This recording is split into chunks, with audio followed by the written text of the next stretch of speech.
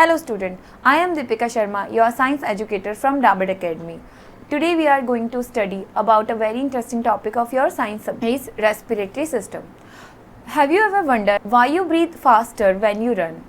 Today we are going to learn about the amazing system that help us to breathe, the respiratory system. Respiration is essential for everyone, like every living things like plants and animal both. अब respiration हम करते क्यों हैं? हमें energy चाहिए, ठीक है, तो एनर्जी तो हमें फूड से मिलती है. सी एनर्जी जो हमें फूड से मिलती है वो स्टोर हो जाती है, ठीक है, as a stored energy. Then respiration के प्रोसेस के थ्रू उस एनर्जी का हम यूज़ करते रहते हैं, ठीक है. धीरे धीरे वो एनर्जी रिलीज होती है ड्यूरिंग द रेस्पिरेशन, जो हमारी बॉडी में ऑल द टाइम होता रहता है. Respiration is simply a biological process in which living organism take oxygen from environment and use to break down the food molecules to produce energy, releasing carbon dioxide, water and as a byproduct. तो क्या होता है respiration में? हम breathe करते हैं, उसमें हम ऑक्सीजन लेते हैं और ये ऑक्सीजन क्या करती है?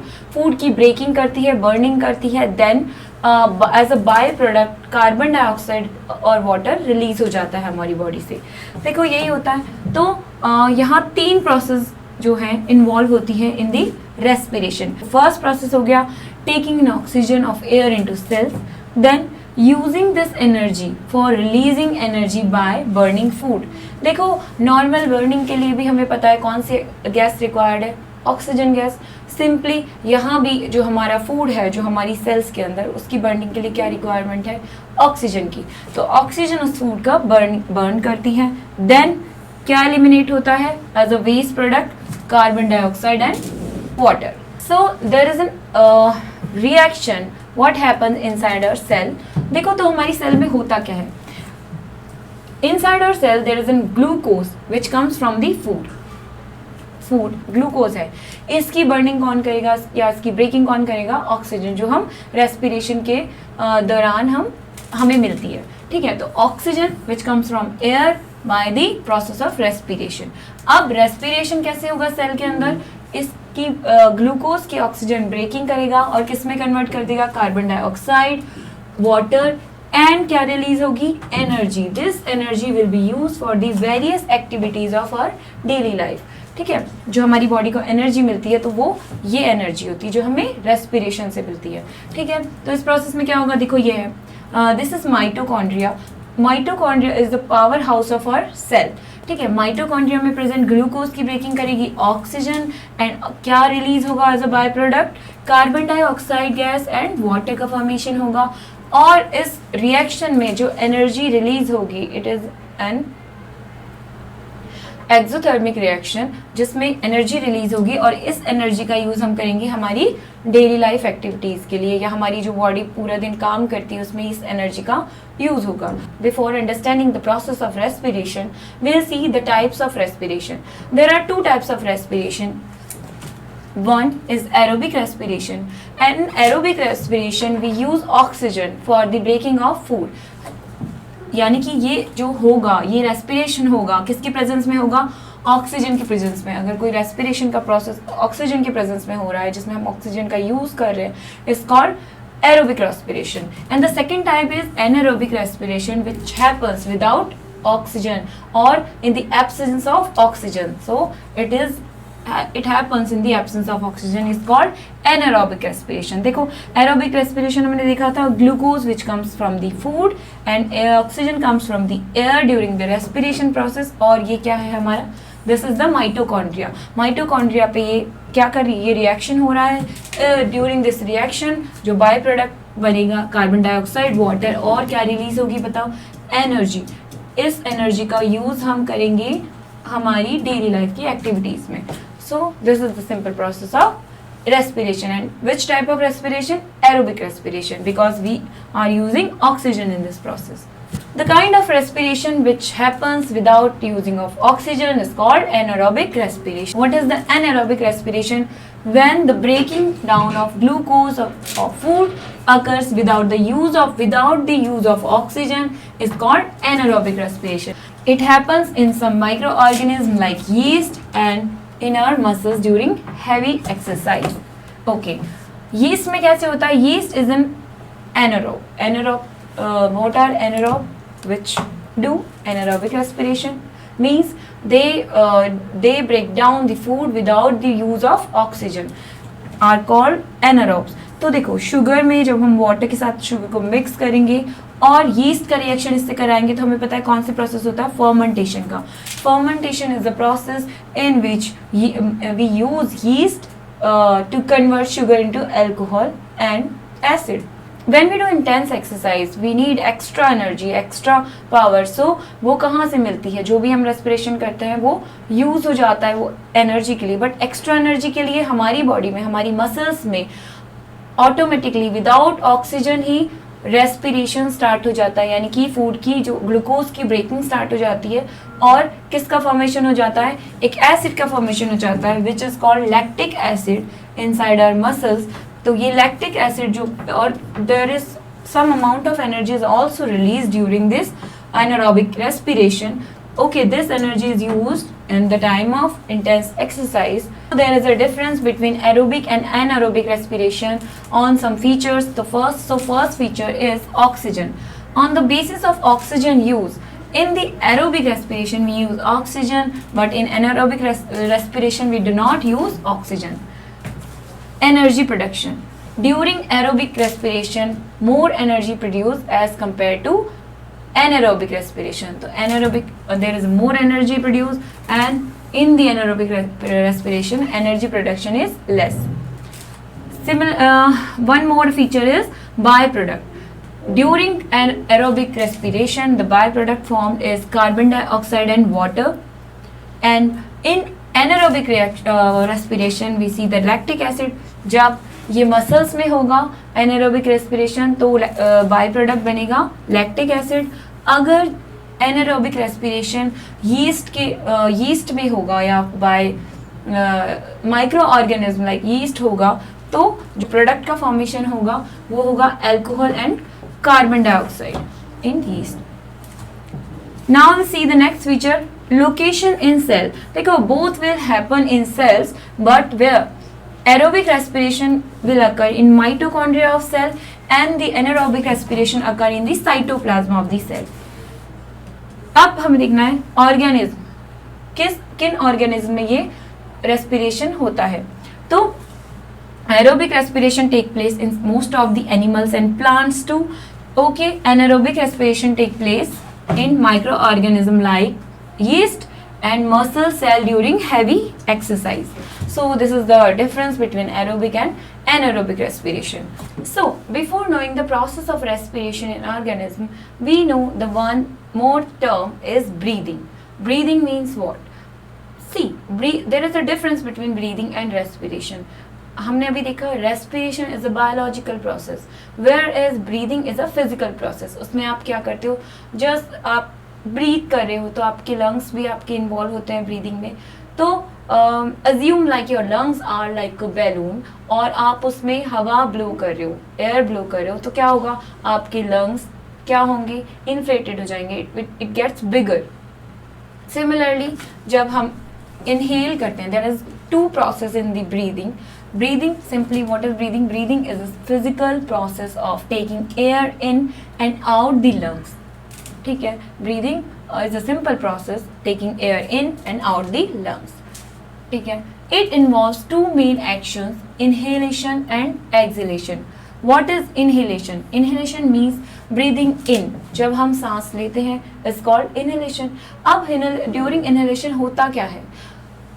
Just सांस लेना. breathing in means आप किसी बैलून में, फॉर एग्जाम्पल आप किसी बैलून में आप हवा ब्लो कर रहे हो, आप हवा भर रहे हो, तो क्या होगा? वो इट्स साइज विल बिगर, उसका साइज बड़ा हो जाएगा. सिमिलरली जब हम ब्रीद इन करते हैं या फिर इनहेल करते हैं तो हम एयर को हमारे लंग्स के अंदर फिल कर रहे होते हैं, तो हमारे लंग्स जो हैं, लंग्स गेट बिगर.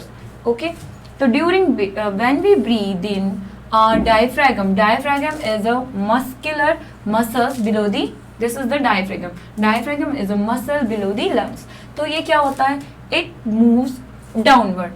देखो, just like a balloon, balloon को आप फुलाओगे, जब आप उसको उसमें हवा ब्लो करोगे तो क्या होगा, वो बड़ा होने लगेगा, है ना, और जो उसका सरफेस है वो नीचे की तरफ जाने लगेगा, ठीक है। यहाँ पर से बैलून को फुला रहे हो तो बड़ा होगा और सरफेस उसका नीचे की तरफ जाएगा। सिमिलरली डायफ्रागम जो हमारा मसल्स है, it's like a base of the balloon. अगर हम इसमें हवा ब्लो करेंगे, जब इसमें हवा मतलब हम इनहेल करेंगे तो क्या होगा, ये डायफ्रागम नीचे की तरफ मूव करेगा और जो हमारी लंग्स हैं वो आउटवर्ड मूव करेंगे, वो भी उनमें भी हवा जब फिल होगी तो वो जस्ट लाइक ए बैलून वो बाहर की तरफ आने लगेंगे, ठीक है। तो our chest cavity gets bigger and allowing the lungs to expand, हमारे जो lungs है वो expand हो जाएंगे, ठीक है। and rib cage moves upward and outward।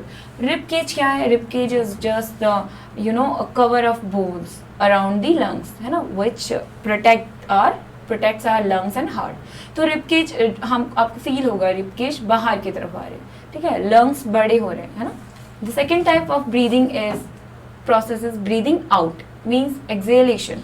exhalation means आप उस बैलून से अब हवा को बाहर निकाल रहे हैं, तो क्या होगा, आपको पता है बैलून्स का साइज छोटा हो जाएगा। सिमिलरली हमारे lungs will get contract and their size become small, okay। and diaphragm moves upward। when we breathe out, our diaphragm moves upward, our chest cavity becomes smaller, pushing air out the lungs। rib cage moves downward and inward।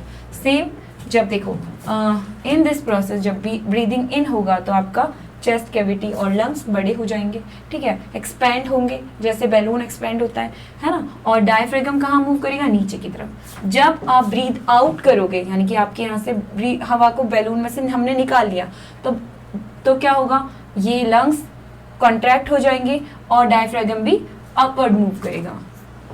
So this is about exhalation and inhalation। There are various organs involved in the human respiratory system which help us to breathe, okay। तो कौन कौन से organs हो गए, first of all the nose, mouth, pharynx, larynx, trachea, bronchi and lungs। So what is nose? Our nose is the first step where breathing or process of respiration take place and starts, okay। so the journey of respiration start from the nose। our journey of respiration start from the nose। nose is the place where air enters। nose से there is a two hole below our nose are called nostril। nostril से क्या होगा, देखो what is nostril, our nose has two holes which are called nostril। nostril के through air आपका enter होगा and then there is a passage behind your nose is called nasal cavity। the air passage inside your nose is called nasal cavity। this is your nasal cavity। you breathe from your nose, there are tiny hairs inside your nose and a lick at the moisture present inside your nose is called mucus, which helps to prevent dust particle that from coming inside the nose or inside our windpipe, okay। so these are the uses of mucus and tiny hairs present in your behind nasal cavity। there is a passage which is called pharynx। what is pharynx? this is the passage behind the nose and mouth where air and food meet। देखो pharynx कौन सा place है जहाँ it is a passage जहाँ पे air और food दोनों का एक मीटिंग पॉइंट है, ठीक है। अब उसके बाद आता है हमारा लैरिंग्स। लैरिंग्स क्या है, also called as a voice box. It contain vocal cord that vibrates to produce sound. देखो हमारे आगे की तरफ जो फेरिंग्स से आगे है this is larynx and voice box. ये वॉइस में प्रोमिनेंट हो जाता है which is called Adam's apple. Now there is one more thing inside our throat is epiglottis। देखो it is a flap like structure। जब भी आप there are two pipes inside which runs parallel, esophagus which is food pipe and trachea is a wind pipe। ये दोनों क्या है, parallel run करती है। अब हम जब खाना खाते हैं तो हमारी जो विंड पाइप है यानी कि ट्रैकिया है उसमें वो खाना एंटर ना कर जाए, तो उसके लिए क्या होता है, वो फ्लैप लाइक डोर होता है जो क्लोज हो जाता है, ठीक है। ये क्लोज हो जाता है और खाने को हमारे विंड पाइप में जाने से रोक लेता है, and it is called epi. Now there is a long tube inside our throat, okay, which is called trachea or windpipe. You can see in this picture this is the trachea is the windpipe, a long tube that connects larynx is a voice box. Okay, ये क्या करती है, हमारा जो voice box है उसको connect करती है किससे, हमारे lungs से. There are circular ring type structure on the trachea or windpipe are called cartilage ring. These rings keep the trachea open to allow air and flow freely.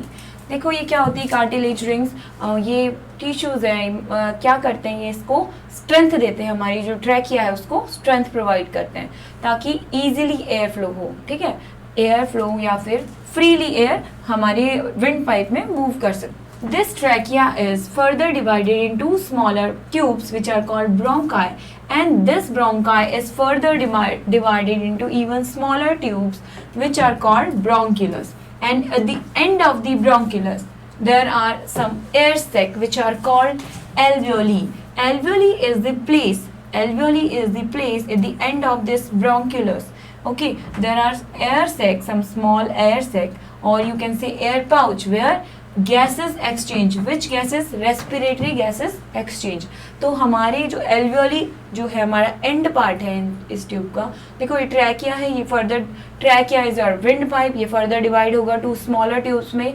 दोनों smaller tubes कहाँ जाएंगी, दोनों lungs में. और ये जो हमारी दो स्मॉलर ट्यूब है विच आर कॉल्ड ब्रोंकाई, और ये जो ब्रोंकाई फर्दर डिवाइडेड होंगी even more smaller tubes में which are called bronchioles. bronchioles का जो end part है वो एक सर्कल मतलब एक एयर सैक है, मतलब एयर पाउच है जहाँ पे गैसेस का एक्सचेंज होगा. देखो ये जो हमारा एल्वियोली है यहाँ पे से बहुत सारी ब्लड कैपिलरीज अटैच होती है. तो देखो क्या होगा, the wall of alveoli are very very thin and they are surrounded by very thin blood capillaries. You can see जो ये एल्वियोली की बॉल है ये बहुत थिन होगी और यहाँ पे बहुत सारी ब्लड कैपिलरी से ये सराउंडेड होगी. अब यहाँ पे क्या होगा, ऑक्सीजन एंड कार्बन डाइऑक्साइड का एक्सचेंज होगा. देखो जो ऑक्सीजन हमने ब्रीथ की थी जो ट्रैकिया से होती हुई देन फर्दर डिवाइड हुई ब्रोंकाई एंड देन ब्रोंक्यूलस से होती हुई लास्ट में एल्वियोली तक आज आ गई है.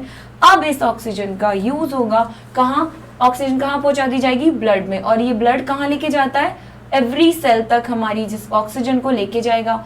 और जब सेल के अंदर क्या हो रहा था, हमने स्टार्टिंग में देखा था, सेल में जो ऑक्सीजन गया वो ग्लूकोज की ब्रेकिंग कर रहा था और वहां पे जो प्रोडक्ट का फॉर्मेशन हुआ कार्बन डाइऑक्साइड एंड वाटर, वो कहाँ पे आएंगे, वापस ब्लड लेके आएगा कहाँ तक, वापस एल्वियोली को ला के देगा. और ये एल्वियोली फर्दर ब्रोंक्यूलस एंड ब्रोंकाई से होती हुई ट्रैकिया से होती हुई हमारे नोज से बाहर कर दी जाएगी ड्यूरिंग ब्रीदिंग आउट प्रोसेस और एक्सहेलेशन प्रोसेस.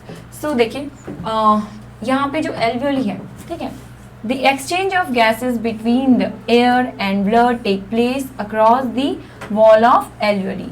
देखो क्या हो रहा है, ये ऑक्सीजन एंटर कर रही है, this is the air, oxygen enter कर गई हमारे ब्लड में. In our blood there is a red pigment called haemoglobin which bind with this oxygen and it takes the oxygen from lungs and कहाँ लेके जाता है, from lungs to every cell of our body. देखो और क्या वापस लेके आता है, हर सेल से जो कार्बन डाइऑक्साइड का फॉर्मेशन हुआ है उस कार्बन डाइऑक्साइड को वापस ये एल्वियोली तक लेके आता है और फिर वापस से ये पूरा जो पाथ है हमारा उसके थ्रू ये आउट कर दी जाती है, ब्रीद आउट कर दी जाती है. तो देखो एयर एंटर, ऑक्सीजन एंटर कर रही है ब्लड में and the red pigment called haemoglobin इससे अटैच होके ये कहाँ जा रही है, हमारे सेल्स तक. ठीक है, तो ब्लड कैपिलरी में यहाँ से ऑक्सीजन एंटर किया और जो कार्बन डाइऑक्साइड था वो वापस breathe out कर दिया. So student, this is the process of respiration. I hope you understood the chapter and the process of respiration. If you like the video, please subscribe our channel Dabit Academy. Thank you so much.